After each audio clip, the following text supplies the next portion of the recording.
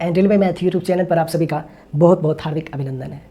दोस्तों, आज की इस वीडियो में हम लोग यूथ कंपटीशन टाइम्स पब्लिकेशन के रेलवे मैथमेटिक्स बुक से परसेंटेज में टाइप 3 को शुरू करने जा रहे हैं। तो आइए सेशन को शुरू करते हैं टाइप 3 के पहले सवाल से। क्वेश्चन नंबर 59 को देखिएगा। सवाल में दिया हुआ है कि रामू अपनी आय का 72% व्यय करता है। व्यय करने कहने का मतलब हुआ खर्च यानी कि एक्सपेंडिचर। रामू अपनी आय का 72% खर्च करता है। यदि उसकी आय में 12% की वृद्धि कर दी जाती है तो वह अपने खर्चे में 5% की वृद्धि कर देता है। यदि रामू पहले y रुपए की बचत करता था तो अब वह x रुपए की बचत करता है। तो आपसे पूछा जा रहा है x minus y upon y into 100% की वैल्यू कितनी होगी, ये आप हमें बता दीजिए। x minus y upon y into 100% की वैल्यू कितनी होगी, ये आपको बताना है। एक बात बताइए, यहाँ पर जो लिखा हुआ है x minus y upon y into 100%, इसका मतलब क्या हुआ? इसका मतलब ये हुआ कि आपसे सिर्फ इतना पूछा जा रहा है कि रामू की जो बचत है वह कुल कितने प्रतिशत से बढ़ गई है, ये आप हमें बता दीजिए। x minus y upon y into 100%, इसका मतलब ये हुआ कि रामू की बचत जो है वह कुल कितने प्रतिशत से बढ़ गई है, ये आप हमें बता दीजिए।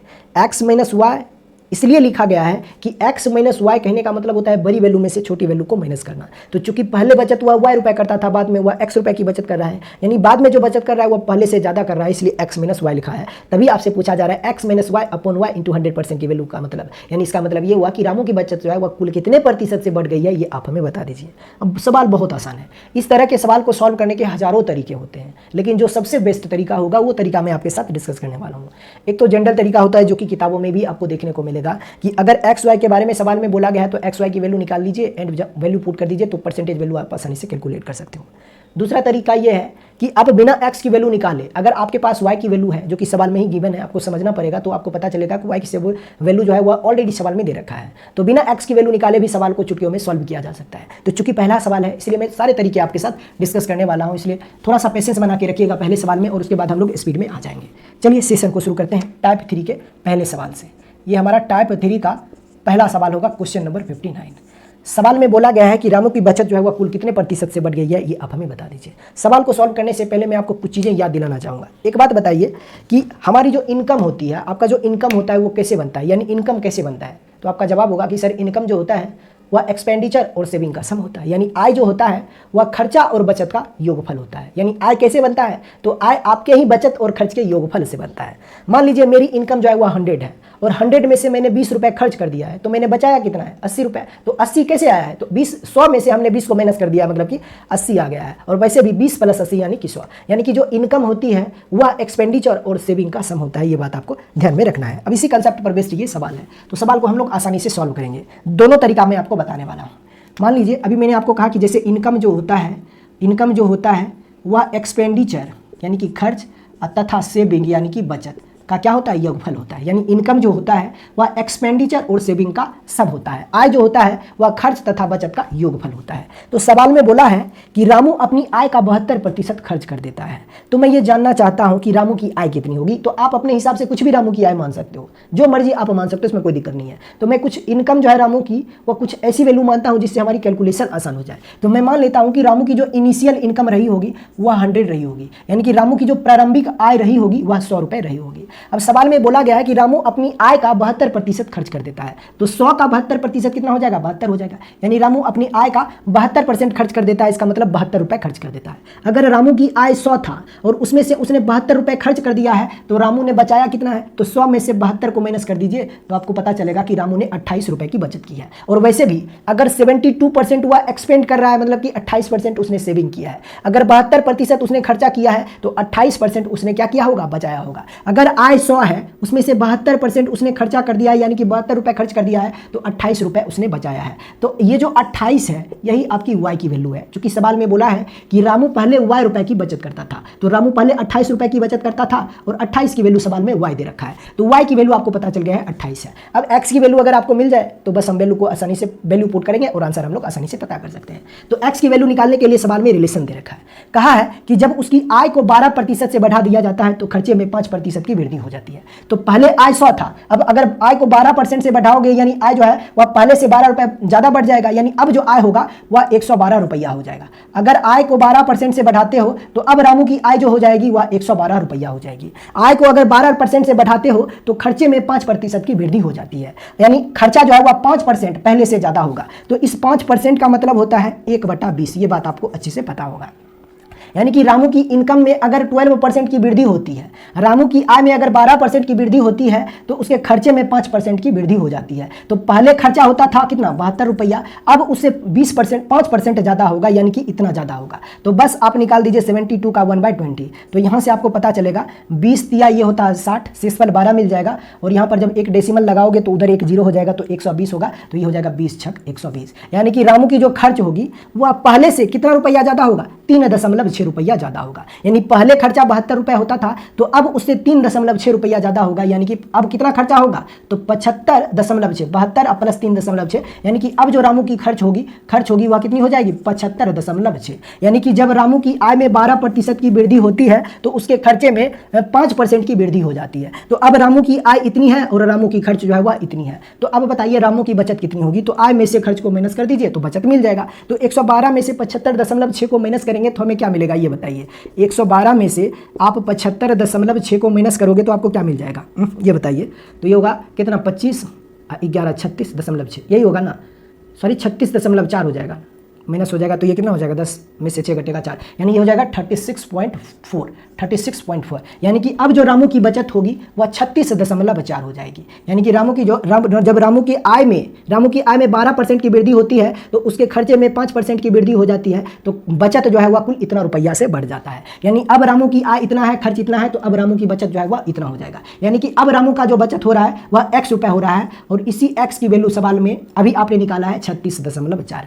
अब आपके पास x की वैल्यू है, y की वैल्यू है, तो आपसे सवाल में सिर्फ इतना पूछा जा रहा है कि बता दीजिए x minus y upon y into 100% की वैल्यू कितनी होगी, सिर्फ इतना आप हमें बता दीजिए। तो बस x के जगह पर 36.4 पुट कर दीजिए, y के जगह पर आप 28 पुट कर दीजिए, और नीचे y ही है, तो बस इसका 100% आप आसानी से कैलकुलेट कर दीजिए। तो देखिए 36.4 में से 28 को माइनस करोगे तो 28 और 8 36 होता है, 2.4, यानी कि ये हो जाएगा कितना, ये हो जाएगा ऊपर में हो जाएगा 8.4 और नीचे हो जाएगा 28 इंटू इसका 100% निकालना है। तो आप सबको अच्छे से पता होगा 28 या 84 होता है, तो ये हो जाएगा 0.3 टाइम्स में कैंसिल होगा। तो 0.3 को 100 से मल्टीप्लाई करोगे तो ये हो जाएगा कितना, 30%। यानी कि रामू की बचत जो है वह कुल इतना प्रतिशत से बढ़ गया है, और यही इस सवाल का उत्तर है। कौन सा ऑप्शन है, ऑप्शन नंबर ए इस सवाल का उत्तर होगा। ऑप्शन नंबर ए इस सवाल का उत्तर होगा। रामू की जो बचत होगी, रामू की जो सेविंग होगी वह 30% से इंक्रीज कर जाएगी, और यह इस सवाल का उत्तर है। इसमें कुछ भी ज़्यादा एक्सप्लेन की आवश्यकता और नहीं है, लेकिन इतना करने की कोई ज़रूरत नहीं है सवाल में। आप बिना इतना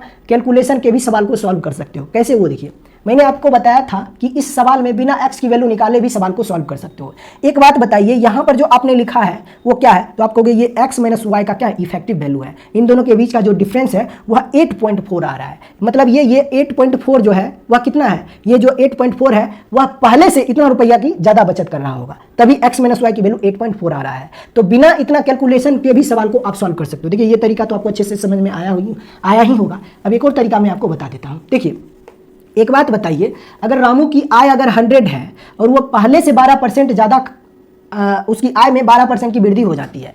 चूंकि आय आपने 100 माना था, अब कहा रामू की आय में 12% की वृद्धि हो जाती है, तो मैं ये जानना चाहता हूं कि रामू की आय जो है वह कुल कितना रुपया से बढ़ेगा। तो चूंकि पहले आय 100 था, अब 12% से बढ़ जाएगा, तो 100 का 12% यानी कि 12, यानी कि रामू की आय जो है वह पहले से 12 रुपया ज़्यादा हो जाएगा। यानी कि अब रामू की आय जो है वह पहले से इतना रुपया ज़्यादा हो जाएगा। रामू की आय जो है वह इतना रुपया से बढ़ जाएगा। अगर रामू की आय इतना रुपया से बढ़ गया है तो मैं ये जानना चाहता हूँ कि खर्चा जो है रामू का वह कुल कितना रुपया से बढ़ेगा, ये आप हमें बताइए। तो सवाल में कहा कि जब रामू की आय को 12% से बढ़ा दिया जाता है तो खर्चे में 5% की वृद्धि हो जाती है। तो इस 5% की वृद्धि का रुपीस में वैल्यू कितनी होगी, ये मैं जानना चाहता हूं। अगर आय में 12% की वृद्धि हो जाती है तो आय जो है वह 12 रुपया से बढ़ जाता है, तो खर्चा कुल कितना रुपया से बढ़ेगा, ये आप हमें बता दीजिए। तो आप कहोगे अभी आपने 72 का 5% की वैल्यू निकाला था, 72 के 5% की वैल्यू आपने निकाला था 3.6, यानी कि इसका मतलब ये हुआ कि अगर रामू की आय पहले से 12 रुपये ज़्यादा हो रही है, यानी कि रामू की खर्च जो है वह पहले से कितना ज़्यादा हो जाएगा, 3.6 हो जाएगा। क्योंकि सवाल में कहा है कि जब उसके आय में 12% की वृद्धि होता है तो वो अपने खर्चे को 5% से बढ़ा देता है। यानी अगर रामू की आय 12 रुपये से बढ़ जाती है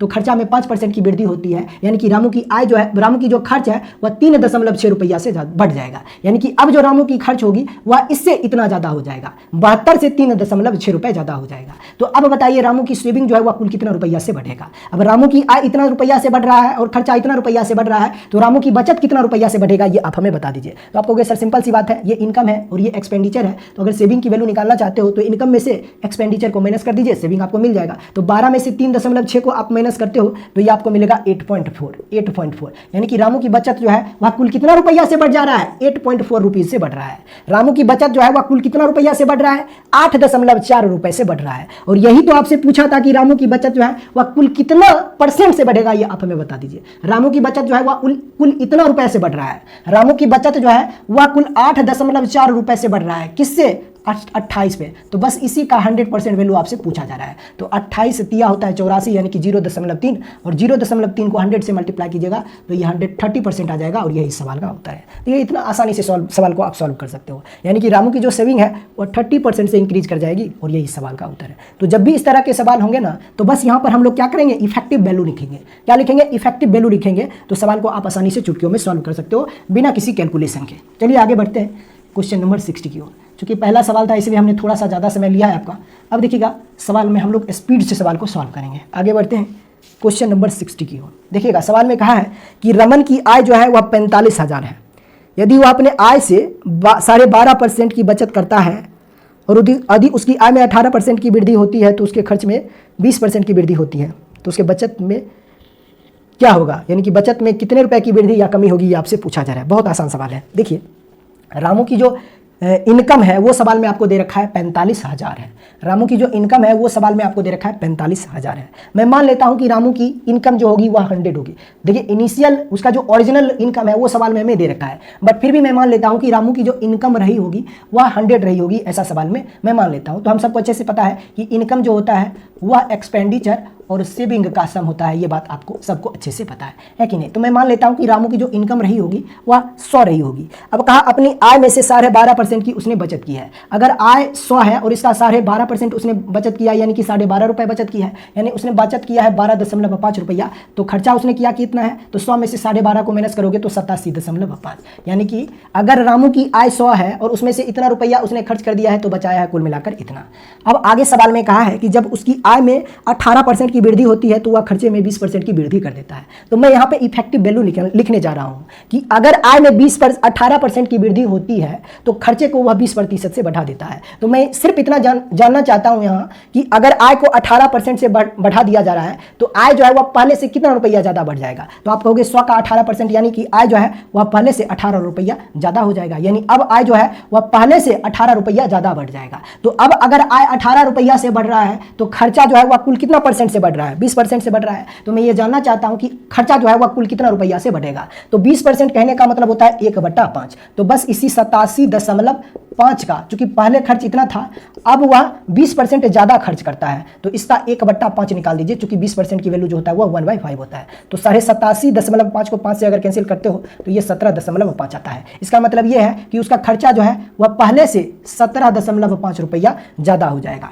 यानी कि उसका खर्च जो है वह पहले से इतना रुपया बढ़ जाएगा। यानी कि आय अगर उसका इतना रुपया से बढ़ रहा है तो खर्चा इतना रुपया से बढ़ जाएगा। तो बचत बताइए बचत कितना रुपया से बढ़ेगा। तो सिंपल सी बात है, अगर बचत चाहिए तो आय में से एक्सपेंडिचर को माइनस कर दीजिए, यानी आय में से खर्च को माइनस कर दीजिए तो बचत मिल जाएगा। तो 18 में से 17.5 घटेगा तो यहाँ पर 0.5 मिल जाएगा, यानी कि उसकी बचत जो है वह पहले से इतना रुपया ज़्यादा बढ़ जाएगी। अगर आय 18 रुपये से बढ़ रहा है तो खर्चा 17.5 रुपया से बढ़ जाएगा और बचत जो है वह कुल इतना रुपया से बढ़ जाएगा। तो यही आपसे पूछा जा रहा है कि बचत जो है वह कुल बचत में कुल कितने रुपए की वृद्धि या कमी होगी, ये आपसे पूछा जा रहा है। तो यहाँ पे देखिए साफ साफ हमें पता चल रहा है कि बचत जो है कुल इतना रुपया से बढ़ रहा है। तो बस इसी की वैल्यू हमें निकालनी है। अब चूंकि आपने इनकम को 100 मान रखा है और सवाल में दे रखा है कि रमन की जो आय है वह 45,000 है, लेकिन इस रमन की आय को आपने 100 मान रखा है। अगर 100 की वैल्यू 45,000 दे रखा है, अगर 100 की वैल्यू 45,000 दे रखा है तो एक की वैल्यू जो होगा वह 450 रुपया होगा। एक की वैल्यू अगर 450 है तो 0.5 की वैल्यू कितना हो जाएगा, इससे आधा यानी कि 225 रुपया होगा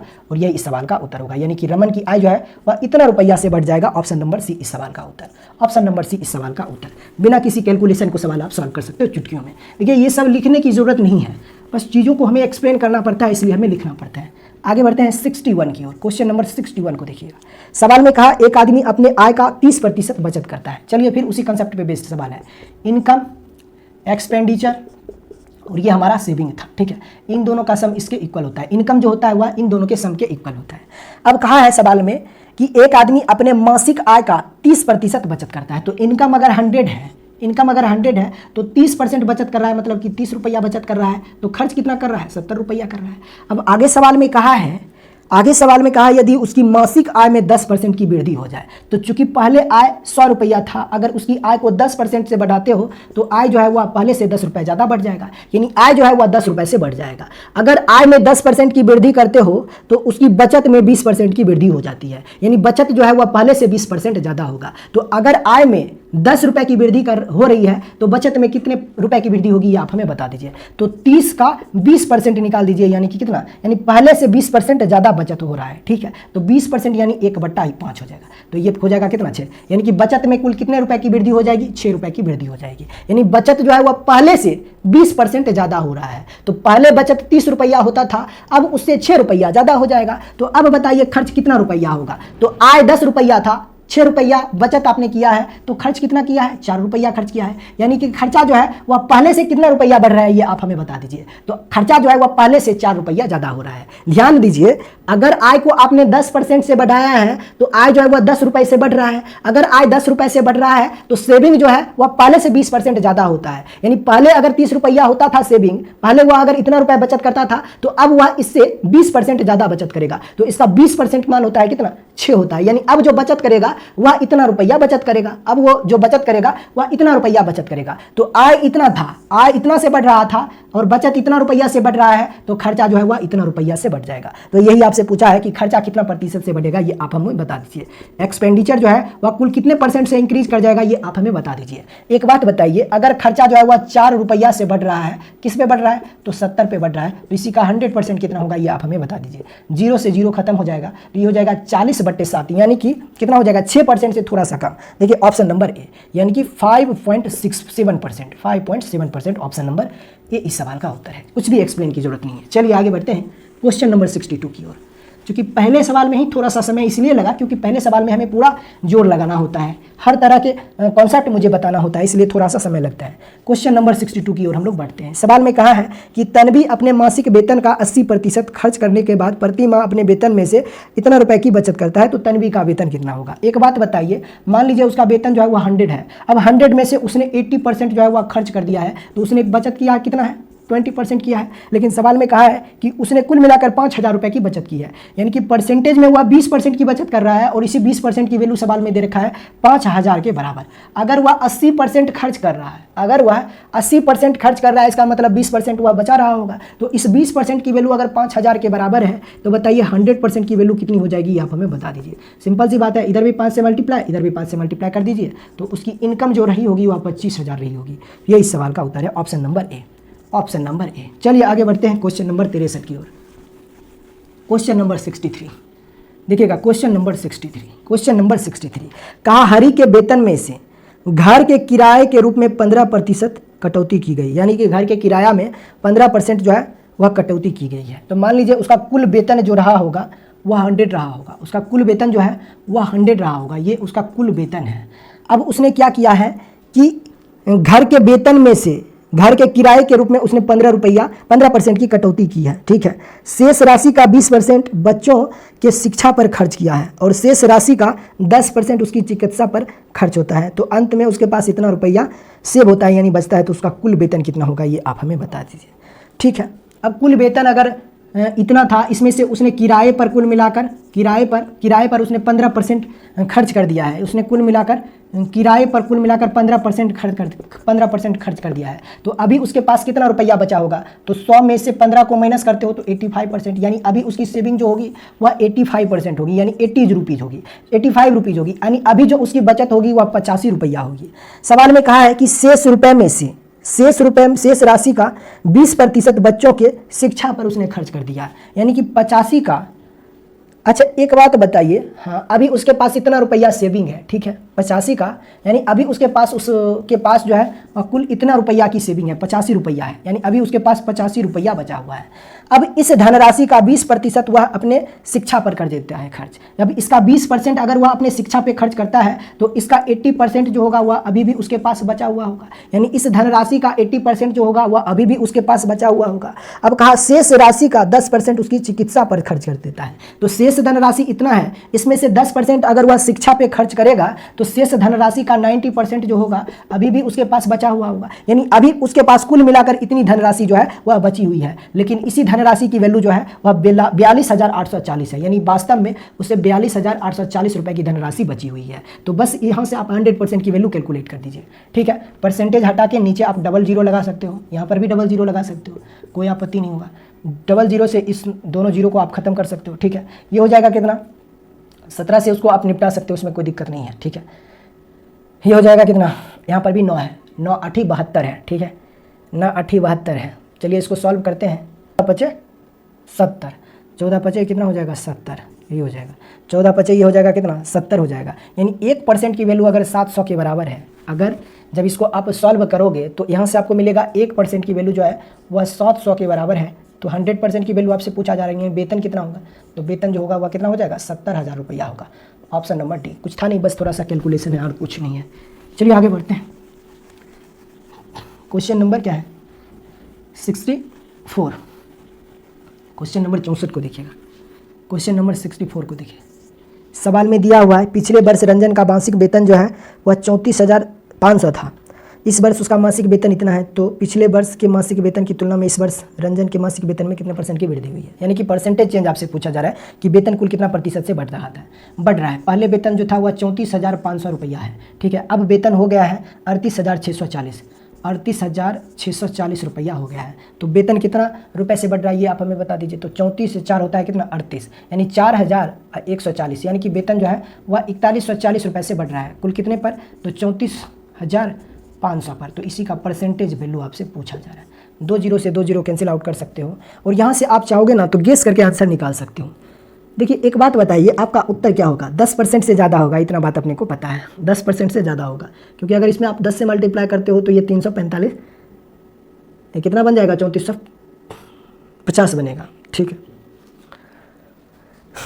अगर आप 15 से मल्टीप्लाई करोगे तो ये हो जाएगा 15 तिया 45, यानी इससे ज़्यादा हो जाएगा। और अगर आप इसमें 12 से मल्टीप्लाई करते हो तो 12 तिया 3600। ठीक है, और फिर 45 को अगर आप 12 से मल्टीप्लाई करते हो तो 12 25 60, 6 हो जाएगा। अब 12 चौक 48, 48 और 6 होता है कितना 54 होता है ना, 48 6 54 होता है 540, 3600 प्लस 540 यानी कि 4140 हो जाएगा, यानी कि 12% उत्तर हो जाएगा। यानी उसका वेतन जो है वह कितने % से बढ़ रहा है, 12% से बढ़ रहा है। और ये इस सवाल का उत्तर है। अब आप आंसर निकाल सकते हो सिर्फ ऑप्शन देख के, सवाल को सॉल्व करने की ज़रूरत नहीं है, काट पीट करने की ज़रूरत नहीं है। ठीक है, चलिए आगे बढ़ते हैं। क्वेश्चन नंबर क्या है, क्वेश्चन नंबर 64 था, 65 होगा। अच्छा, अभी जो 64 में हमने सॉल्व किया था उसमें कोई आपत्ति तो नहीं है ना। वेतन जो था वह 4140 रुपये से बढ़ रहा था, कितने पर, तो 34,500 पर बढ़ रहा था। तो बस इसी का परसेंटेज वैल्यू कितना होगा, यानी ये जो 3140 है वह इसका कितना % होगा, ये आपसे पूछा जा रहा है, यही आपसे पूछा जा रहा है। तो बस आसानी से सॉल्व आप कर सकते हो। देखिए एक तो 2 जीरो से 2 जीरो को आप खत्म कर सकते हो। अब देखिए ऊपर में 4140 है और नीचे आपके पास सिर्फ और सिर्फ 345 है। तो सोचिए मैं इसमें कम से कम कितना से मल्टीप्लाई करूं कि इस नंबर के पास पहुंचा जा सके। तो आप कहोगे अगर मैं 10 से मल्टीप्लाई करता हूं तो ये 3450 बनेगा, यानी आपका उत्तर जो है वह 10% से ज़्यादा आएगा। तो सभी ऑप्शन में 10% से ज़्यादा वैल्यू है। लेकिन सोचिए अगर मैं 20 से अगर मैं इसको मल्टीप्लाई करता हूं तो मतलब आपका उत्तर option number D option number C हो सकता है क्या, आप कहोगे नहीं होगा। अगर मैं 20 से मल्टीप्लाई करता हूं, अगर मैं इसको 20 से मल्टीप्लाई करता हूं तो ये कितना हो जाएगा, 10 से मल्टीप्लाई हमने किया था तो ये 3450 बन गया था। अगर मैं 20 से मल्टीप्लाई करूंगा तो उसका ये डबल हो जाएगा, यानी कि 20% से कम आपका उत्तर होने वाला है। लेकिन 15% से अगर हम मल्टीप्लाई करते हो तो ये 15 या 45 इससे ज़्यादा हो जाएगा, यानी आपका उत्तर जो है वो 15% से भी कम है। तो आपके ऑप्शन में डी दिया हुआ है 13%। बताइए 13% हो सकता है क्या, अगर 13 से यहाँ पे अगर मल्टीप्लाई करते हो उसको तो 13 तिया हो जाएगा कितना 3900 हो जाएगा। फिर 45 को अगर आप 13 से मल्टीप्लाई करते हो तो आपका इन दोनों का जो प्रोडक्ट आना चाहिए वह 240 आना चाहिए। यहाँ पर देखिए प्रोडक्ट जो है वह जीरो नहीं बन रहा है, प्रोडक्ट जो है वह यूनिट डिजिट जीरो नहीं बन रहा है। इन दोनों का प्रोडक्ट का यूनिट डिजिट 5 ही बन रहा है, तो ये 30% हो ही नहीं सकता है। तो सिर्फ और सिर्फ 12% ही हो जाएगा। ये तुम्हारा उत्तर है, बाकी आप काट पीट सकते हो, उसमें कोई भी आपत्ति नहीं है। इस सवाल को कितना आसान किया जा सकता है वो तरीका मैंने आपको बताया। ठीक है, आगे बढ़ते हैं क्वेश्चन नंबर 65 की ओर। क्वेश्चन नंबर 65 को देखिए, कहा है कि विकास अपने वेतन का 80% खर्च कर देता है। चलिए इनकम एक्सपेंडिचर और सेविंग पर बेस्ड सवाल है। इन दोनों का सम जो है वह इसके इक्वल होता है, ये सब आपको अच्छे से पता होगा।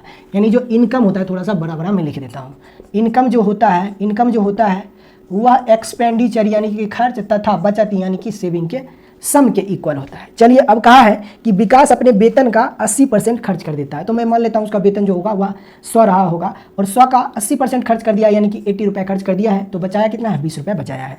अब आगे सवाल में कहा यदि उसके खर्च में 15% की वृद्धि हो जाए तो 80, पहले वेतन इतना, पहले खर्चा हुआ इतना कर रहा था, पहले वह इतना रुपया खर्च कर रहा है, अब वह इससे 15% ज़्यादा खर्च करेगा तो उसके वेतन में 25% की वृद्धि होगी। यानी जब उसके वेतन को 25% से बढ़ा दिया जाता है तो खर्चे में 15% की वृद्धि होती है, तो बचत जो है वह कितने प्रतिशत से बढ़ जाएगा, ये आपसे पूछा जा रहा है। एक बात बताइए, वेतन 100 है, अगर 25% से वेतन बढ़ रहा है यानी वेतन जो है वह 25 रुपया से बढ़ जाएगा, क्योंकि 100 का 25% 25 होगा, यानी वेतन जो है वह 25 रुपया से बढ़ जाता है। तो खर्चा कितने रुपया से बढ़ेगा, तो खर्चा 15% से बढ़ जाता है। तो 15% का फ्रैक्शन वैल्यू जो होता है वह कितना होता है, ये बताइए। 80 का 15% कितना हो जाएगा, ये आप हमें बता दीजिए।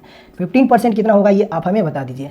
तो आप कहोगे सर सिंपल सी बात है, ये हो जाएगा 20 25 100 और ये हो जाएगा 20 चौका 80, 5 तिया 15, यानी कि ये हो जाएगा 4 तिया 12, यानी उसका खर्च जो है वह 12 रुपया से बढ़ जाएगा। अगर वेतन 25 रुपया से बढ़ रहा है तो खर्च जो है वह 15% से बढ़ जाता है, यानी खर्च जो है वह कितना हो जाएगा, 12 रुपया से बढ़ जाएगा।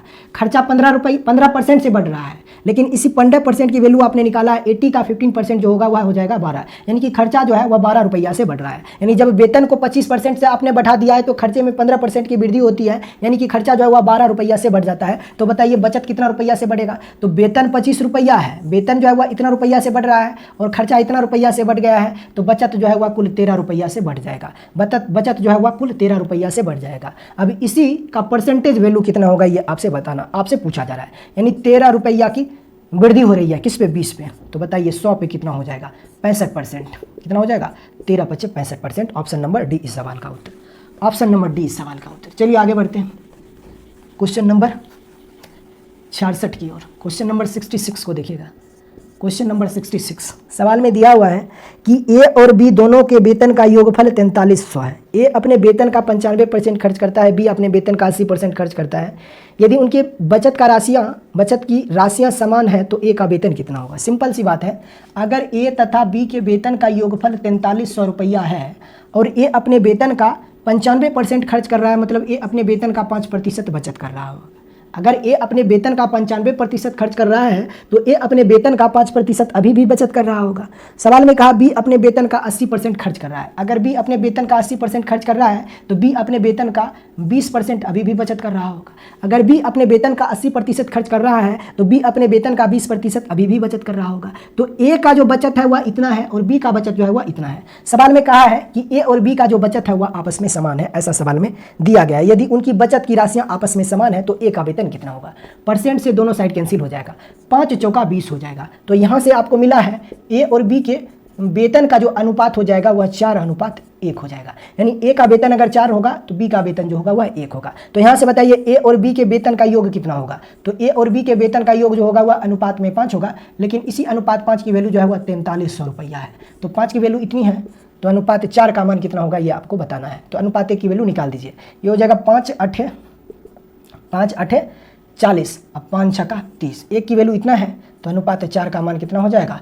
अनुपात 4 का मान हो जाएगा 860 × 4, यानी 8 चौका 32 और 6 चौका 24, 3600 से ज़्यादा हो जाएगा। देखिए कौन सा ऑप्शन, 8 चौका 32, 3400 से ज़्यादा हो जाएगा। तो 3400 से सारे ऑप्शन ही ज़्यादा है, मल्टीप्लाई कर लीजिए, इसमें कोई दिक्कत है नहीं। ये हो जाएगा 8 चौका 3200 और ये हो जाएगा 6 चौका 24, यानी 240, यानी 3440। ऑप्शन नंबर कौन सा दिया गया है, ऑप्शन नंबर सी इस सवाल का उत्तर है। 3440 रुपया, 3440 रुपया ए का वेतन होगा। बी का वेतन आपसे पूछता तो 860 रुपया। चलिए आगे बढ़ते हैं क्वेश्चन नंबर 67 की ओर। क्वेश्चन नंबर 67, क्वेश्चन नंबर 67 सवाल में दिया हुआ है कि रवि का वेतन मोहन के वेतन से 20% ज़्यादा है। रवि का जो वेतन है वह मोहन के वेतन से 20% ज़्यादा है, यानी कि मोहन का वेतन अगर 5 होगा तो रवि का वेतन जो होगा वह 6 होगा। 20% कहने का मतलब होता है कितना, 1/5। अगर ज़्यादा बोला है तो नीचे वाले को ऊपर लेके जाके जोड़ दीजिए, तो 5 + 1 ऊपर में 6 हो जाएगा, नीचे 5 हो जाएगा। यानी मोहन का वेतन अगर 5 होगा तो रवि का वेतन जो होगा वह 6 होगा। यानी 20% अधिक कहने का मतलब 6/5, यानी कि रवि का वेतन जो है वह मोहन के वेतन से 20% ज़्यादा है। सवाल में कहा है कि मोहन का वेतन 1600 रुपया है, अनुपात 5 का मान जो है वह 1600 रुपया है, तो 6 का मान कितना होगा? 1600 से तो ज़्यादा ही होगा, है कि नहीं? बताइए, ऑप्शन सी का भी उत्तर हो सकता है क्या? नहीं, ऑप्शन नंबर बी इस सवाल का उत्तर हो जाएगा 1920। 1920 कितना हो जाएगा? 1920। 5 तिया 1 की वैल्यू कितना हो जाएगा? 5 तिया 15, 5 दूना 10, तो 32 छके कितना होता है? 192 होता है। ठीक है, आगे बढ़ते हैं 68 की ओर। क्वेश्चन नंबर 68 को देखिएगा। क्वेश्चन नंबर 68 को देखिए। सवाल में कहा है अशोक भाई अपने मासिक आय का 10% खर्च करते हैं और प्रति माह इतने रुपए की बचत करता है, तो उसकी मासिक आय कितना होगा? अगर 10% उसने खर्च किया है तो वो अपने वेतन का 90% अभी बचा रहा होगा। अगर अशोक भाई अपने वेतन का 10% खर्च करता है तो वह अपने वेतन का 90% अभी भी बचा रहा होगा। सवाल में कहा है कि वह 5400 बचाता है, परसेंटेज में इतना बचत कर रहा है, लेकिन रुपया में वह इतना रुपए की बचत कर रहा है। अगर 90% की वैल्यू इतना है तो उसकी वेतन कितनी होगी, यही आपसे ना पूछा जा रहा है। हाँ, उसकी मासिक आय कितनी होगी? तो 100% की वैल्यू आप निकाल दीजिए। 5400 से ज़्यादा उत्तर आपका होने वाला है। ठीक है, तो 5400 से ज़्यादा आपका उत्तर होगा। ऑप्शन नंबर ए इस सवाल का उत्तर होगा। ऑप्शन से आप कर सकते हो। ठीक है, आप वैसे सॉल्व कर लीजिए। ये हो जाएगा 0 से 0 कैंसिल आउट हो जाएगा, और मतलब आप 1% की वैल्यू आप निकाल दीजिए, कितना हो जाएगा? 600। तो 100% की वैल्यू हो जाएगा 6000। 6000 हो जाएगा 100% की वैल्यू जो होगा। 1% की वैल्यू जो होगा, 9% की वैल्यू जो है वह 540 है, तो 1% की वैल्यू 60 होगा, तो 100% की वैल्यू 6000। आगे बढ़ते हैं। क्वेश्चन नंबर 6 है कि मॉरिस भोजन पर अपनी आय का 25% खर्च करता था। उसे 1000 रुपये की वेतन वृद्धि मिली, लेकिन उसने खाद्य वस्तुओं पर अपना खर्च नहीं बढ़ाया। नतीजतन भोजन पर उसका खर्च गिरकर 20% हो गया। तो उसकी प्रारंभिक आय कितनी थी? उसकी इनिशियल इनकम कितना होगा? ये आपसे पूछा जा रहा है। बहुत आसान सवाल है। यानी पहले अपने भोजन पर वह 25% खर्च करता था। जब वेतन में 1000 रुपये की वृद्धि होती है तो वो अपने खर्चे को नहीं बढ़ाता है। जितना पहले खर्चा होता था उतना अब भी खर्चा हो रहा है। ठीक है, अब एक बात बताइए, चूंकि वेतन जो है वह 1000 से बढ़ रहा है और जितना खर्चा पहले होता था उतना ही खर्चा अब भी हो रहा है, तो जो वेतन में वृद्धि हुई होगी तो अब जो खर्चा होगा वह 25% के बराबर नहीं होगा, 25% से कम ही होगा। तो सवाल में कहा है कि अब जो खर्चा होता है उसका वह 20% के बराबर होता है, तो उसकी प्रारंभिक आय कितनी होगी, ये आपसे पूछा जा रहा है। बहुत आसान सवाल है। मान लीजिए कि उसकी प्रारंभिक इनिशियल इनकम आपसे पूछा जा रहा है, तो मैं मान लेता हूँ कि उसकी इनिशियल इनकम जो रहा होगा वह X रुपये रहा होगा। उसकी प्रारंभिक आय जो रही होगी वह X रुपये रही होगी। अब वह अपनी आय का 25% खर्च कर देता है, तो वह अपनी आय का 75% अभी भी वह बचत कर रहा है। यानी अभी जो उसके पास धनराशि बचा हुआ होगा वह कुल इतना रुपया बचा हुआ होगा। अब सवाल में कहा है कि जब उसकी आय में 1000 रुपये की वृद्धि हो जाती है तो उसका खर्चा जो है वह पहले से 5% गिर जाता है। यानी कि अब जो खर्चा होगा वह 20% होगा। यानी कि अब जो उसका खर्चा होता है वह 20% के बराबर होता है। तो चूंकि पहले उसका वेतन X रुपया था, अब वेतन में 1000 की वृद्धि आपने किया है, तो अब वेतन उसका इतना हो जाएगा। ठीक है, अब जो वेतन हो जाएगा वह इतना रुपया हो जाता है। लेकिन इतना रुपया वेतन होने के बाद भी वह अपने खर्चे को नहीं बढ़ाता है। पहले जितना वह 25% खर्चा करता था उतना ही रुपया अब भी खर्चा करेगा वो। लेकिन ध्यान रहे कि चूंकि वेतन जो है वह 1000 से बढ़ गया है, तो अगर वेतन उसका 1000 से बढ़ गया है तो खर्चा जो होगा वह पहले से कम हो गया होगा। चूंकि पहले वह जितना खर्च करता था उतना ही रुपया वह अब भी खर्च कर रहा है, लेकिन चूंकि वेतन जो है वह इसका 1000 से बढ़ गया है तो उसका खर्चा जो है वह पहले से कम हो गया होगा। तो सवाल में यही कहा है कि खर्चा जो है वह 20% क्या हो गया, गिरकर 20% हो गया है। यानी कि जो खर्चा पहले 25% होता था वह खर्चा जो है वह 20% हो गया है। मतलब कि अगर वह इतना रुपया का 20% खर्च कर देता है, इतना इस आय का वह अगर 20% खर्च करता है तो अभी भी वह इस आय का 80% बचा रहा होगा। ठीक है, तो ये भी उसका सेविंग है और ये भी उसी का सेविंग है, तो दोनों आपस में इक्वल हो जाएगा। तो यहाँ से आप सॉल्व कर दीजिए, परसेंटेज से ये परसेंटेज को हटा दीजिए। ठीक है, ये हो जाएगा 5 से 15 × 5 = 75, 5 से ये हो जाएगा 20। ठीक है, ये हो जाएगा 15x और ये होगा 20x, यानी कि 5x, और 5x की वैल्यू कितना हो जाएगा 20,000 के बराबर। 5,000 की वैल्यू जो होगा वह 20,000 के बराबर है, तो x की वैल्यू जो होगा वह 4,000 के बराबर होगा, और यही इस सवाल का उत्तर होगा। यानी उसकी प्रारंभिक आय जो रही होगी, उसकी इनिशियल जो इनकम रही होगी वह 4000 रही होगी, और यही इस सवाल का उत्तर है। परसेंट है। ठीक है, चंदू की आय अरुणा की आय की 120% है। यदि अरुण बला और चंदू की कुल आय इतना है तो चंदू की आय ज्ञात कीजिए। ठीक है, अरुण की जो आय है, क्वेश्चन नंबर क्या है 70 है। अरुण की जो आय है वह बला की आय की 150% है। बला की आय की 150% के बराबर है। ठीक है, तो इसको सबसे पहले निपटा दीजिए। 150% कहने का मतलब होता है 3/2। ठीक है, 3/2। तो यहाँ से A/B आपको क्या मिलेगा 3/2 मिल जाएगा। अब आगे सवाल में कहा है कि चंदू की आय जो है वह अरुण की आय की 120% है। यानी कि चंदू की जो आय है वह बला अरुण की आय की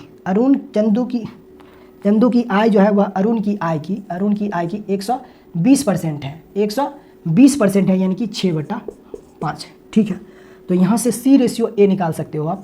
C रेशियो A हो जाएगा कितना, 6/5 हो जाएगा। ठीक है, C रेशियो A जो हो जाएगा वह 6/5 हो जाएगा। तो चलिए इस C रेशियो A की जगह पर 6:5 में लिख देता हूँ। यहाँ पे अनुपात आप बना दीजिए और इसको लिख दीजिए 6/5। इसमें कोई आपत्ति आपको नहीं होना चाहिए। अब बस इन दोनों रेशियो को हमें बैलेंस करके A B C के रेशियो निकालना है। एक बात बताइए, इन दोनों ग्रुप में क्या कॉमन है? तो आप कहोगे A यहाँ पर भी है और A यहाँ पर भी है, तो A जो है वह दोनों ग्रुप में कॉमन है। अगर A दोनों ही ग्रुप में कॉमन है तो A का अनुपातिक मान दोनों जगह पर समान होना चाहिए, लेकिन यहाँ पर A का अनुपातिक मान 5 है और यहाँ पर A का अनुपातिक मान 3 है। तो समान करने के लिए इस ग्रुप में भी 3 से मल्टीप्लाई कीजिए और इस ग्रुप में भी आप 5 से मल्टीप्लाई कर दीजिए। तो यहाँ पर 5 या 15 A का मान हो जाएगा और यहाँ पर भी A का मान 15 हो जाएगा। तो उस दशा में दोनों ग्रुप में A की वैल्यू सेम हो जाएगी, तो वहाँ से A B C की रेशियो हम लोग आसानी से पता कर लेंगे। तो यहाँ पर देखिए A/B/C बनेगा क्या, 5 या 15 A की वैल्यू, A की आय इतना हो जाएगा, B की आय 10 और C की आय जो हो जाएगी वह 6×3 18 हो जाएगा। यही इन तीनों के इनकम का रेशियो है। अब कहा इन तीनों के इनकम का जो कुल इनकम है वह कितना है, इन तीनों का जो कुल इनकम है वह 86,000 है। तो 15 10 25, 25 10 35, 35 8 43, यहाँ से इन तीनों के कुल योग का अनुपात जो है वह 43 है, लेकिन वास्तव में ये 86,000 के बराबर है। अनुपात 43 की वैल्यू इतना है, तो A की वैल्यू जो है वह 2000 के बराबर होगा। A की वैल्यू 2000 के बराबर है, तो जिसका मान आपसे पूछा जा रहा है उसको उतना से मल्टीप्लाई कर दीजिए। तो चंदू की वैल्यू कितना होगा, तो 36,000 होगा। ऑप्शन नंबर A, बस इसमें 2000 से मल्टीप्लाई करना है तो कितना हो जाएगा 36,000। ऑप्शन नंबर A, कुछ था नहीं। चलिए, छोटे छोटे सवाल में बैलेंसिंग करने में, रेशियो को बैलेंस करने में थोड़ा सा समय लग रहा है। आगे बढ़ते हैं 71 की ओर। 71 को देखिएगा, सवाल में दिया हुआ है कि सोमनाथ की जो वार्षिक आय जो है वह इतना है, प्रत्येक माह वह अपने वाहन के लिए इतना की EMI का भुगतान करता है, उसकी मासिक आय का कितना प्रतिशत EMI में व्यय करता है, खर्च करता है, ये आप बताइए। ठीक है, उसका वार्षिक आय इतना है और आपसे जो पूछा जा रहा है EMI जो होगा वह उसके मासिक आय का कितना % होगा, ये आपसे पूछा जा रहा है। तो चलिए उसकी वार्षिक एनुअल मंथली इनकम कितना होगा ये आप हमें बता दीजिए। तो उसका मंथली इनकम हो जाएगा, कितना हो जाएगा, उसका मंथली इनकम जो हो जाएगा वह कितना होगा। एक साल में वह इतना रुपया कमाता है तो एक मंथ में वह इतना रुपया कमाएगा, यानी एक मंथ में वह कुल मिलाकर कितना रुपया कमाएगा, 2 लाख रुपये। एक मंथ में वह कुल मिलाकर कितना रुपया कमाएगा, तो 2 लाख रुपया कमाएगा। कितना कमाएगा, 2 लाख रुपया कमाएगा। और प्रति मंथ वह 40,000 रुपये EMI पेड करता है। EMI पर वह 40,000 रुपया पेड करता है। तो ये जो 40,000 है वह 2 लाख का कितना % है, ये आपसे पूछा जा रहा है। ये जो 40,000 है ये 2 लाख का कितना % है, ये आपसे पूछा जा रहा है। 2 लाख का कितना % है, ये आपसे पूछा जा रहा है। ऑप्शन क्या हो जाएगा, ऑप्शन नंबर क्या हो जाएगा, 2 0 से 2 0 को ख़त्म कर दीजिए, 3 0 से 3 0 को ख़त्म कर दीजिए, 2 से 20%।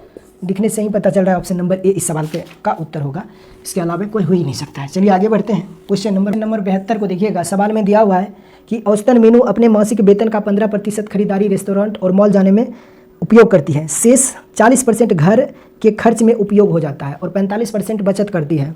ठीक है, एक महीने में वह घर पर 40,000 रुपये खर्च करती है, तो उसकी वार्षिक आय कितनी होगी, उसकी एनुअल इनकम कितनी होगी, आपसे पूछा जा रहा है। सवाल में जो डाटा दिया गया है वो मंथली इनकम का डाटा है, लेकिन सवाल में हमसे पूछा जा रहा है आंसर के रूप में एनुअल इनकम कितना होगा, ये आपको बताना है। बहुत सिंपल सवाल है। एक बात बताइए, सवाल में कहा है कि 40% घर के खर्च में उपयोग करती है, लेकिन सवाल में कहा है कि घर के खर्च में वह 40,000 रुपये खर्च करती है, यानी हम कह सकते हैं कि इस 40% की वैल्यू जो होगी वह 40,000 के बराबर होगा। अगर 40% की वैल्यू 40,000 के बराबर है तो 100% की वैल्यू जो होगा वह 1 लाख के बराबर हो जाएगा। इसमें कोई आपत्ति नहीं होना चाहिए आपका। यानी उसकी जो मंथली इनकम होगी वह कितनी हो जाएगी, उसकी जो मंथली इनकम होगी वह 1 लाख होगी। तो पूछा जा रहा है, बताइए उसका एनुअल इनकम कितना होगा, यानी एक साल में उसकी आय कितना होगा, ये आपसे पूछा जा रहा है। तो उसकी जो एक साल में आय हो जाएगी वह कितना हो जाएगा, 1 लाख गुना 12, यानी 1 लाख गुना 12 यानी कि 12 लाख। 1 लाख गुना 12 यानी कि 12 लाख इनकम। उसकी जो एनुअल इनकम होगी वह 12 लाख रुपए होगी। 73 को देखिएगा, क्वेश्चन नंबर 73। कहा सीमा की आय जो है वह इतना है, हर महीना वह इतना रुपये EMI पे करती है, तो उसके वेतन, उसके मासिक वेतन का कितना प्रतिशत EMI हो जाता है, ये आपसे पूछा जा रहा है। ठीक है, क्वेश्चन नंबर 73 को देखिएगा। सवाल में कहा सीमा की वार्षिक आय, एनुअल इनकम जो है वह है 15 लाख, हर महीने वह 30,000 रुपये EMI पे करती है, तो उसका जो EMI है वह उसके मासिक वेतन का कितना % है, ये आपसे पूछा जा रहा है। सबसे पहले बताइए, अगर उसका एनुअल इनकम 15 लाख है तो जो मंथली इनकम होगा वो कितना होगा, ये आप बताइए। मंथली इनकम कितना होगा, तो 12 महीना में वह 15 लाख रुपए कमाता है, इतना रुपए कमाता है। ठीक है, तो एक महीना में वह इतना रुपए कमाएगा, यानी पर मंथ उसका जो क्या होगा इनकम होगा वह इतना हो जाएगा, मंथली इनकम उसका जो है वह इतना हो जाएगा। चलिए इसको सॉल्व कर लेते हैं। 3 चौका 12 हो जाएगा, और 3 से अगर इसको आप काटते हो तो 3 5 कितना हो जाएगा, 15 हो जाएगा ना। ठीक है, 3 चौका 12 हो जाएगा, और 3 5 15 हो जाएगा। ठीक है, 5 लाख यही हो जाएगा। ठीक है, और 4 से अब इसको कैंसिल आउट कर दीजिए, कितने बार में कटेगा, 4 एकम में 4 हो जाएगा, 1,25,000, 1,25,000, 1,25,000 हो जाएगा, 1,25,000 हो जाएगा ना, 1,25,000 इतना हो जाएगा। यानी पर मंथ जो उसका इनकम है वह कितना है, 1,25,000, यानी प्रति मंथ उसका जो इनकम है, प्रति मंथ उसका जो इनकम है वह कितना है, ये बताइए। 1,25 लाख, इतना लाख प्रति मंथ उसका इनकम है। और कहा कि EMI में जो पे करता है, EMI में वह जो पे करता है वह करता है 30,000, 30,000 करता है। तो ये जो 30,000 है वह 1,25,000 का कितना प्रतिशत होगा, ये जो 30,000 रुपया है वह 1,25,000 का कितना % होगा, ये आपसे पूछा जा रहा है। 1,25,000 का 30% कितना होगा, ये आपसे पूछा जा रहा है। चलिए 3 0 से 3 0 को ख़त्म करके 100% निकाल दीजिए। ठीक है, तो ये हो जाएगा कितने बार में है, फिर हो जाएगा ये 3,000, 3,000% बट्टा 125। देख लीजिए कुछ डेसिमल वगैरह में तो नहीं आ रहा है ना। कौन सा क्वेश्चन था, क्वेश्चन नंबर 73 था ना, यही है ना। देख लीजिए इसको जब आप काट पीट करोगे तो 24% आएगा। ठीक है, यानी उसकी जो EMI है वह उसके मंथली का 24%। सवाल ये सब जो 4 को देखिएगा, क्वेश्चन नंबर 74 को देखिएगा। सवाल में कहा है कि सुनैना किसी निजी कंपनी में कार्य करती है और उसकी वार्षिक आय 3 लाख है। ठीक है, 3 लाख जो है वह एक साल में 3 लाख रुपए कमाती है, इनकम 3 लाख है। उसके पास एक नई और एक पुरानी गाड़ी है। उसकी आय का 5% जो है ना वह नई गाड़ी के रखरखाव पर खर्च होता है। ठीक है, और पुरानी गाड़ी पर नई कार से 2% ज़्यादा खर्च होता है, यानी नई कार पे 5% तो पुरानी कार पे 7% खर्च होता है। तो दोनों गाड़ियों के रखरखाव पर उसका कुल वार्षिक खर्च कितना होगा, ये आपसे पूछा जा रहा है। ठीक है, तो उत्तर जो होगा वह 30,000 से ज़्यादा आएगा। एक ऑप्शन है, ऑप्शन नंबर बी इस सवाल का उत्तर हो जाएगा। ये गेस मैंने क्यों किया है 30,000, ये बताइए मुझे। एक बात बताइए, अगर पहले गाड़ी पर ही वह 5% खर्च कर रहा है, तो चूंकि उसका एनुअल इनकम जो है वह 3 लाख रुपया है, इतना है, इसका 5% वह पहले कार पर खर्च कर रहा है, तो इसका 5% जो होगा वह 15,000 रुपया हो जाएगा। ठीक है, इतना हो जाएगा। लेकिन दूसरे कार पर इससे 2% ज़्यादा, यानी कि दूसरे कार पर जो खर्च कर रहा है वह 3 लाख का 7% कर रहा है, 7% कर रहा है, तो 5% की वैल्यू ही 15,000 है, तो 5% से ज़्यादा की वैल्यू जो होगा वह 15,000 से तो ज़्यादा ही होगा, तो 15 + 15 यानी कि 30,000 से ज़्यादा उत्तर हो जाएगा। ऑप्शन नंबर सिर्फ बी इस सवाल का उत्तर हो सकता है और कुछ भी नहीं है। इन दोनों, इसका भी आप 7% निकाल दीजिए तो ये हो जाएगा कितना, 7 या 21,000 + 15,000 36,000 उत्तर आ जाएगा।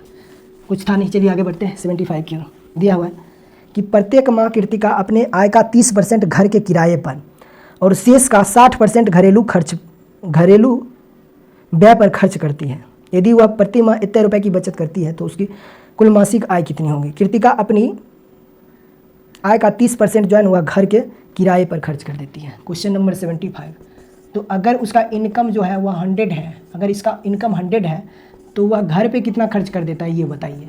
घर के किराए पर वह 30% खर्च करती है। कृतिका अपनी आय का 30% जो है वह अपने किराए पर खर्च कर देती है, घर के किराए पर।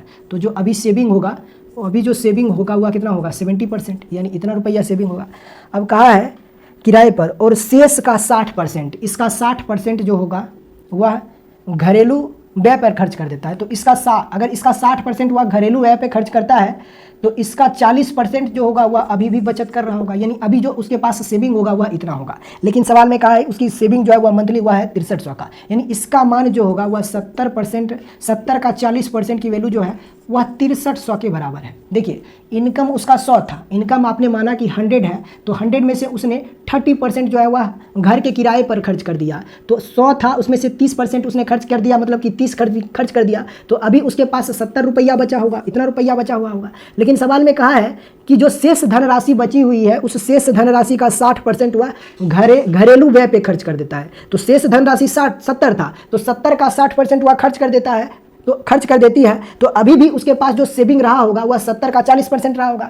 अगर 70 का 60% वह खर्च कर देती है तो अभी भी उसके पास जो सेविंग होगा वह 70 का 40% होगा। लेकिन सवाल में कहा अभी उसकी जो सेविंग है वह कुल मिलाकर इतना रुपया के बराबर है। परसेंटेज की वैल्यू इतना के बराबर है, तो 100% की वैल्यू कितना होगा, बस कैलकुलेट करना है। 2 जीरो से 2 जीरो खत्म हो जाएगा, यानी कि 28 की वैल्यू जो है वह 63 के बराबर है। ठीक है, तो 100 की वैल्यू कितनी होगी आपसे पूछा जा रहा है। ठीक है, क्षेत्रीय 18,000 से थोड़ा सा कम उत्तर है क्या कोई ऑप्शन में? कौन सा क्वेश्चन था? क्वेश्चन नंबर 75 था ना। सारे ऑप्शन जो है ना उसकी कुल मासिक आय कितनी होगी? 28 दिया कितना हो, अच्छा 28,000, 18,000 से तो 28 दिया कितना होता है? 100 से भी कम होता है, तो 18,000 से तो ज़्यादा ही होगा। चलिए सॉल्व कर लेते हैं। ये हो जाएगा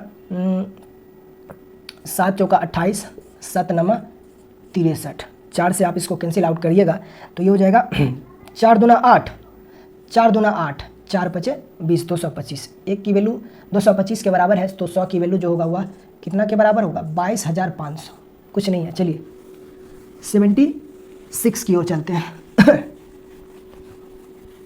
क्वेश्चन नंबर 76 को देखिएगा। क्वेश्चन नंबर 76, सवाल में कहा मीनाक्षी अपने मासिक वेतन का 10% खरीदारी और रेस्टोरेंट पर व मॉल जाने पर खर्च कर देती है। शेष 80% उसके घरेलू खर्चों पर व्यय होता है और 10% की बचत होती है। यदि मासिक खर्चा इतना रुपया है तो उसका मासिक आय कितना होगा, ये आपसे पूछा जा रहा है। एक बात बताइए हमें कि अगर मासिक घरेलू खर्च 48,000 रुपया है और घरेलू खर्चों पर वह कितना % खर्च कर रही है? 80% खर्च कर रही है। 80% की वैल्यू जो है वह 48,000 के इक्वल होगा।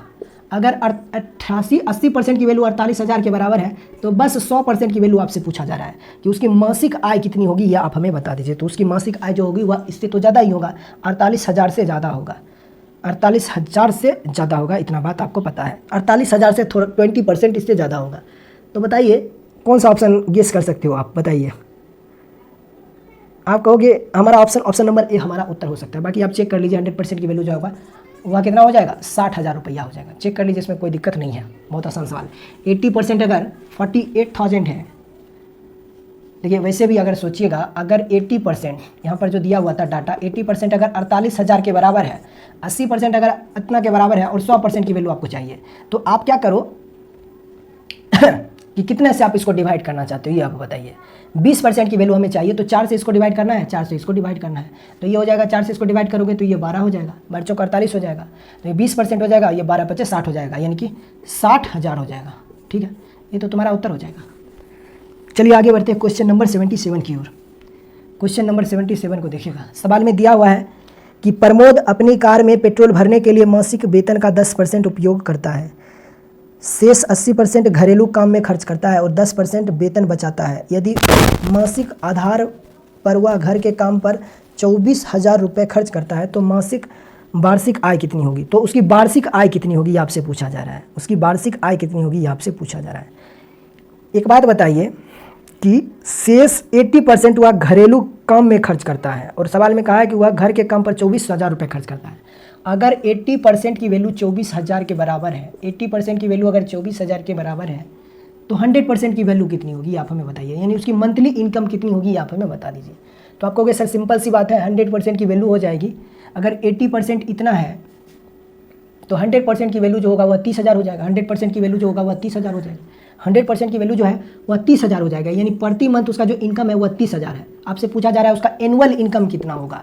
एनुअल इनकम कितना होगा ये आपसे पूछा जा रहा है। अगर मंथली इनकम इतना है, अगर उसका मंथली इनकम इतना है तो एनुअल इनकम कितना होगा? तो बस 30,000 को 12 से मल्टीप्लाई कर दीजिए, 3,60,000 उत्तर हो जाएगा। कौन सा ऑप्शन दिया है?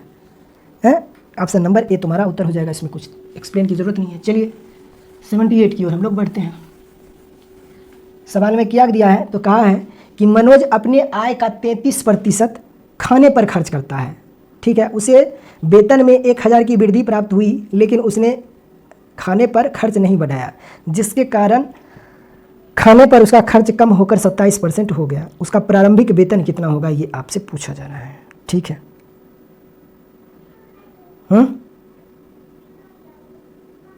ठीक है, उसका आरंभिक वेतन क्या होगा, ये आपसे पूछा जा रहा है। बहुत आसान सवाल है, ऐसे सवाल हम लोगों ने पीछे सॉल्व किया है। मान लीजिए उसका इनिशियल इनकम x रहा होगा, अगर x का वह 33% वह खर्च कर देता है, तो अगर वह इतना परसेंट खर्च कर देता है, अगर वह इतना परसेंट खर्च कर देता है, यानी उसका इनकम इतना था, इतना परसेंट उसने कुल मिलाकर खर्च कर दिया है, तो कुल खर्चा उसका इतना हो जाएगा। ठीक है, आप चाहो तो सेविंग से भी सवाल को सॉल्व कर सकते हो, जैसे हमने यहाँ पर एक्सपेंडिचर ले लिया है, आप चाहो तो सेविंग से भी कर सकते हो, कोई दिक्कत नहीं। अब कहा उसके वेतन में 1000 की वृद्धि हो गई है, तो वेतन उसका x था, अब 1000 की वृद्धि, तो अब उसका वेतन जो है वह इतना हो जाता है, लेकिन वह अपने खर्चे में वृद्धि नहीं बढ़ाता है। तो जो खर्चा पहले 33% होता था, अब वेतन में 1000 की वृद्धि होने की वजह से अब खर्चा जो है वह इसके 27% के बराबर आ जा रहा है। ठीक है, यानी x का 33% जो होगा वह x प्लस 1000 के 27% के बराबर हो जाएगा। परसेंट से परसेंट खत्म हो जाएगा, तो ये हो जाएगा कितना, ये देखिए, ये 3 से 11 हो जाएगा, 3 नंबर 27 हो जाएगा। ठीक है, तो यहाँ पे 11x है और यहाँ पे 9x, यानी कि 2x आ जाएगा, और 2x की वैल्यू जो होगा वह 9000 के बराबर होगा। तो x की वैल्यू जो होगा वह 4500 हो जाएगा ना, 4500। कौन सा ऑप्शन दिया है, ऑप्शन नंबर ए इस सवाल का उत्तर होगा। यानी उसकी आरंभिक वेतन जो होगी वह 4500 रुपया होगी, और यही इस सवाल का उत्तर होगा। ठीक है, इसमें कोई आपत्ति नहीं होना चाहिए आपको। चलिए आगे बढ़ते हैं। क्वेश्चन नंबर कि सुमन एक कृषि भूमि की मालकिन है। ठीक है, उसने इसे 1/3 पक्ष को 5 वर्ष के लिए पट्टे पर दिया था। इस पट्टे से आय के अलावे वह प्रति बरस 6 लाख रुपए का वेतन भी पाती है। ठीक है, यानी कि कृषि से अलग रुपए उसे मिलेगा और वेतन के रूप में उसे 6 लाख रुपए मिल रहा है। ठीक है, अब कहा है 5 वर्ष में कृषि भूमि से प्राप्त कुल आय, यानी कि 5 वर्ष के लिए चूंकि उसने भूमि को पट्टे पर लगाया है, तो 5 वर्ष के बाद कृषि भूमि से प्राप्त कुल आय उसके 1 वर्ष के वेतन के 50% के बराबर है। मुझे एक बात बताइए कि उसे कृषि से कुल कितना धन अर्जित हो रहा है, ये आप हमें बता दीजिए। तो आप कहोगे 5 वर्ष में उसे उस लड़की के 1 वर्ष के वेतन का 50% मिल रहा है, तो 1 वर्ष में उस लड़की को 6 लाख रुपए मिल रहा है, तो उसका 50% यानी कि 3 लाख हो जाएगा। यानी कि कृषि से जो धन उस लड़की को मिलेगा, कृषि से जो उस लड़की को धन मिलेगा वह कितना मिलेगा, ये आप हमें बता दीजिए।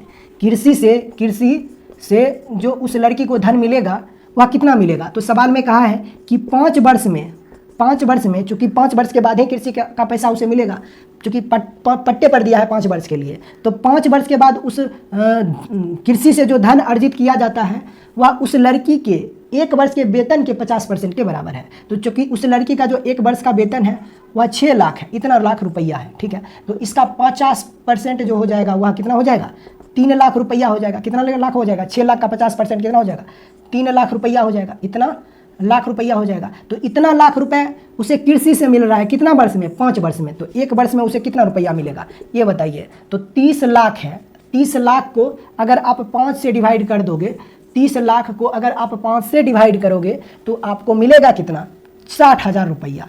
60,000 रुपया उसे कृषि से प्रति वर्ष प्राप्त होता है।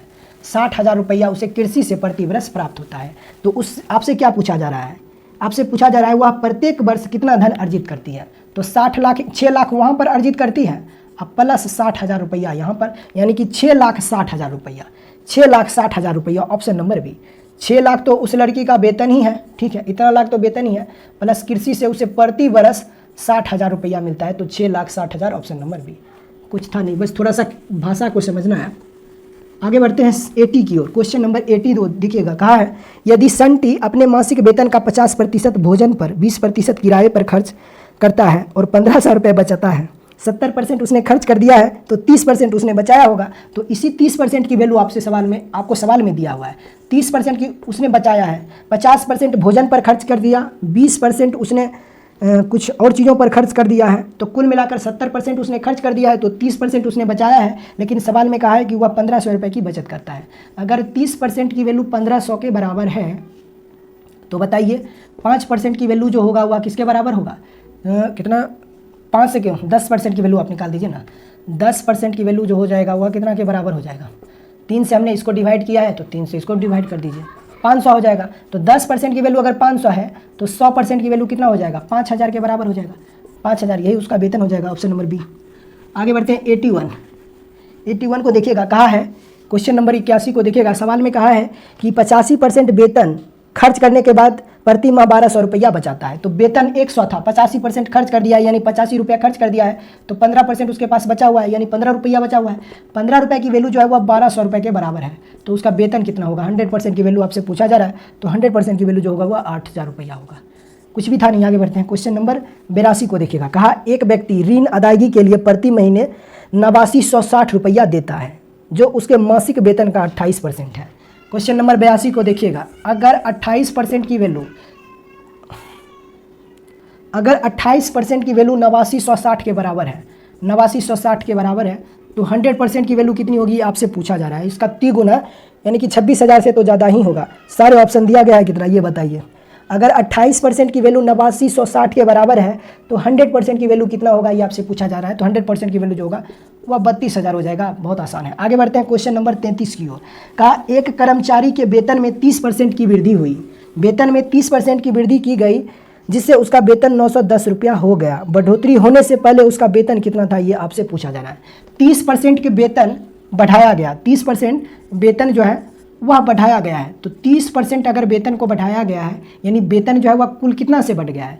30% की फ्रैक्शन वैल्यू 3/10 होती है। अगर बढ़ाया गया है तो वेतन जो है वह 13/10 हो जाएगा। यानी 30% की वृद्धि कहने का मतलब होता है 13/10, यानी कि वेतन उसका 10 था लेकिन अब 13 हो गया। 3 की वृद्धि हुई है, 3 की वृद्धि हुई है तो वेतन जो हो गया है वह 13 हो गया। वेतन पहले 10 था लेकिन अब 13 हो गया है। सवाल में कहा है कि वेतन वृद्धि के बाद उसका वेतन जो है वह 910 रुपया, 13 की वैल्यू जो है वह 910 के बराबर है। तो 13 की वैल्यू अगर 910 के बराबर है तो 10 की वैल्यू कितनी हो जाएगी आपसे पूछा जा रहा है। ऑप्शन नंबर सी इस सवाल का उत्तर हो जाएगा। 13 7 91, 1 की वैल्यू 70 तो 10 की वैल्यू 700। आगे बढ़ते हैं 84 की ओर। क्वेश्चन नंबर 84 को देखिएगा, क्वेश्चन नंबर 84 को देखिएगा, क्वेश्चन नंबर 84 को देखिएगा। कहा वीर अपने मासिक आय का 15% किराए और शेष का 60% गृह कार्यों पर खर्च करता है। ठीक है, 15% उसने खर्च कर दिया है। उसका इनकम जो है वह 100 था, इसमें से 15% उसने खर्च कर दिया है। इनकम उसका अगर 100% था, अगर उसका इनकम 100% था, 15% उसने मासिक आय का 15% खर्च कर दिया है। एक्सपेंड कर दिया है उसने 15% कर दिया है। ठीक है, तो अभी उसके पास जो सेविंग रहा होगा वह 85% रहा होगा। चलिए परसेंटेज हटा ही देता हूँ। ठीक है, 100 इनकम था, 15 खर्च कर दिया है तो अभी उसके पास 85 बचा हुआ होगा। बचे हुए धनराशि का 60% गृह कार्यों पर खर्च कर दिया, तो बचे हुए धनराशि का अभी भी उसके पास कितना धनराशि सेव होगा ये बताइए। उसके पास अभी भी इतना रुपया बचा था, अब बचे हुए धनराशि का 60% वह गृह कार्यों पर खर्च कर दिया है तो अभी उसके पास कितना बचा हुआ होगा। तो शेष धनराशि का अगर 60% खर्च करता है तो शेष धनराशि का 40% अभी भी उसके पास बचा हुआ होगा। लेकिन सवाल में कहा है कि उसके पास जो धनराशि बचा हुआ है वह 2210 के बराबर है। तो यहाँ से आप परसेंट हटाइए तो ये इसको हम लोग 2/5 बोल सकते हैं, 2/5 बोल सकते हैं। इसको आप 5 से 17 बार में कैंसिल आउट कर सकते हो। 17 से ये कैंसिल हो जाएगा कितने बार में, 17 एकम 17, शेषफल आपको मिल जाएगा 5, 1 17 तिया 51, 130 बार में कैंसिल हो जाएगा। ठीक है, अब 2 से इसको आप कैंसिल आउट कर सकते हो, कितने बार में हो जाएगा, 65 बार में। यानी कि 1% की वैल्यू अगर 65 के बराबर है तो 100 की वैल्यू जो होगा वह 6500 के बराबर हो जाएगा, यानी उसका मासिक वेतन 6500 होगा। Option number A, option number A इस सवाल का उत्तर होगा। ऑप्शन नंबर ए इस सवाल का उत्तर होगा। तो दोस्तों आज की इस वीडियो में हम लोगों ने टाइप 4 को कंप्लीट किया है। नेक्स्ट सेशन में हम लोग टाइप 4 को कंप्लीट करेंगे और इसमें भी सेम इतना ही सवाल है जितना टाइप 3 में था। फिर मिलते हैं नेक्स्ट सेशन में, तब तक के लिए बाय बाय, टेक केयर।